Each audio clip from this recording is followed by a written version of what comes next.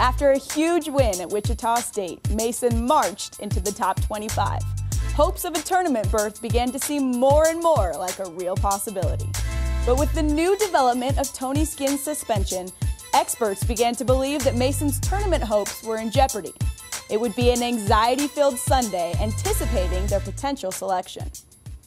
And I sat next to Tony Skinn, my wife on one side, me on the other. And we listened to Greg Gumbel. And he announced the first bracket for the NCAA tournament, no George Mason. He announced the second bracket for the NCAA tournament, no George Mason.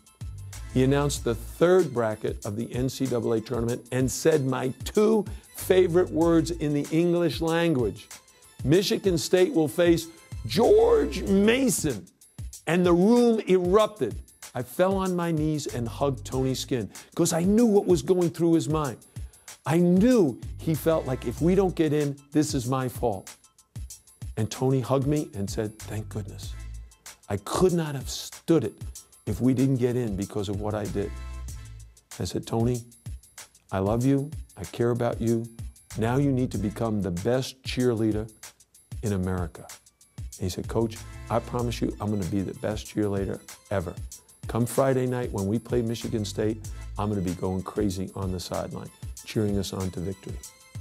I said, I know you will. At the end of the show, Jim Nance and Billy Packer came on, along with Craig Littlepage, the chair of the selection committee. And they blistered Craig. How can George Mason be selected? They're not good enough. They're from a weak league. They're not very good. And Craig Littlepage tried to defend his selection.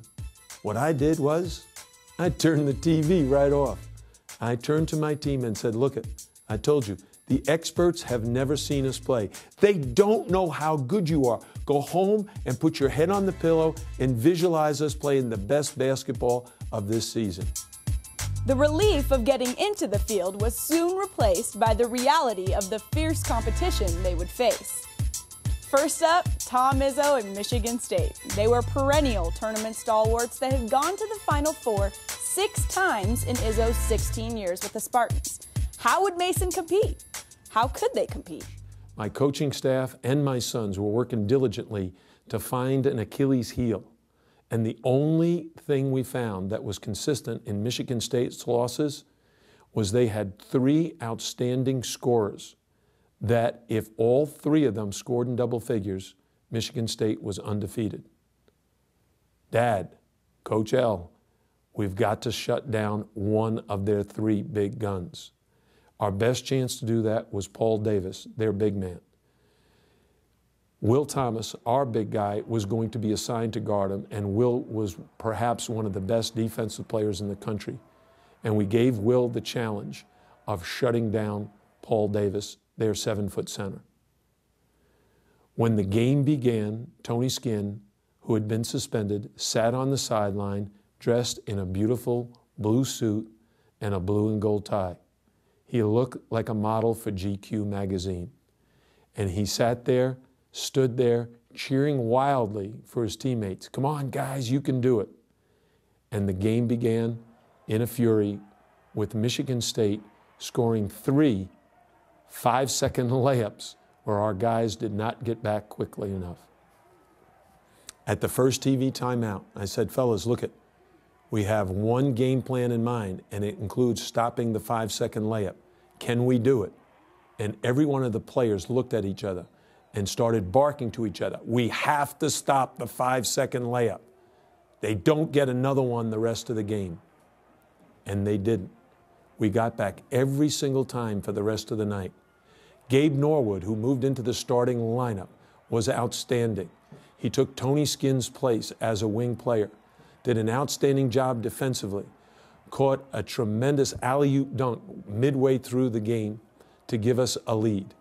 And then with just a minute or 2 to go, Michigan State was behind in pressing, and we needed a press attack to break their backs and to shut down their momentum. Gabe Norwood took the ball out of bounds. Jai Lewis ran a step and go, stepping toward the ball like he was coming to meet the pass and then going long like a wideout in football. Gabe Norwood looked like a quarterback. He looked like Joe Montana throwing to Jerry Rice, Jai Lewis catching it and slamming it and closing the door on any Michigan State comeback thoughts. And George Mason moved on to the next round, beating Michigan State, who had been in last year's Final Four, 75-65. When I arrived in the locker room, there was only one thing written on the board.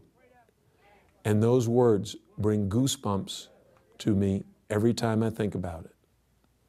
The words were, "Tony is back."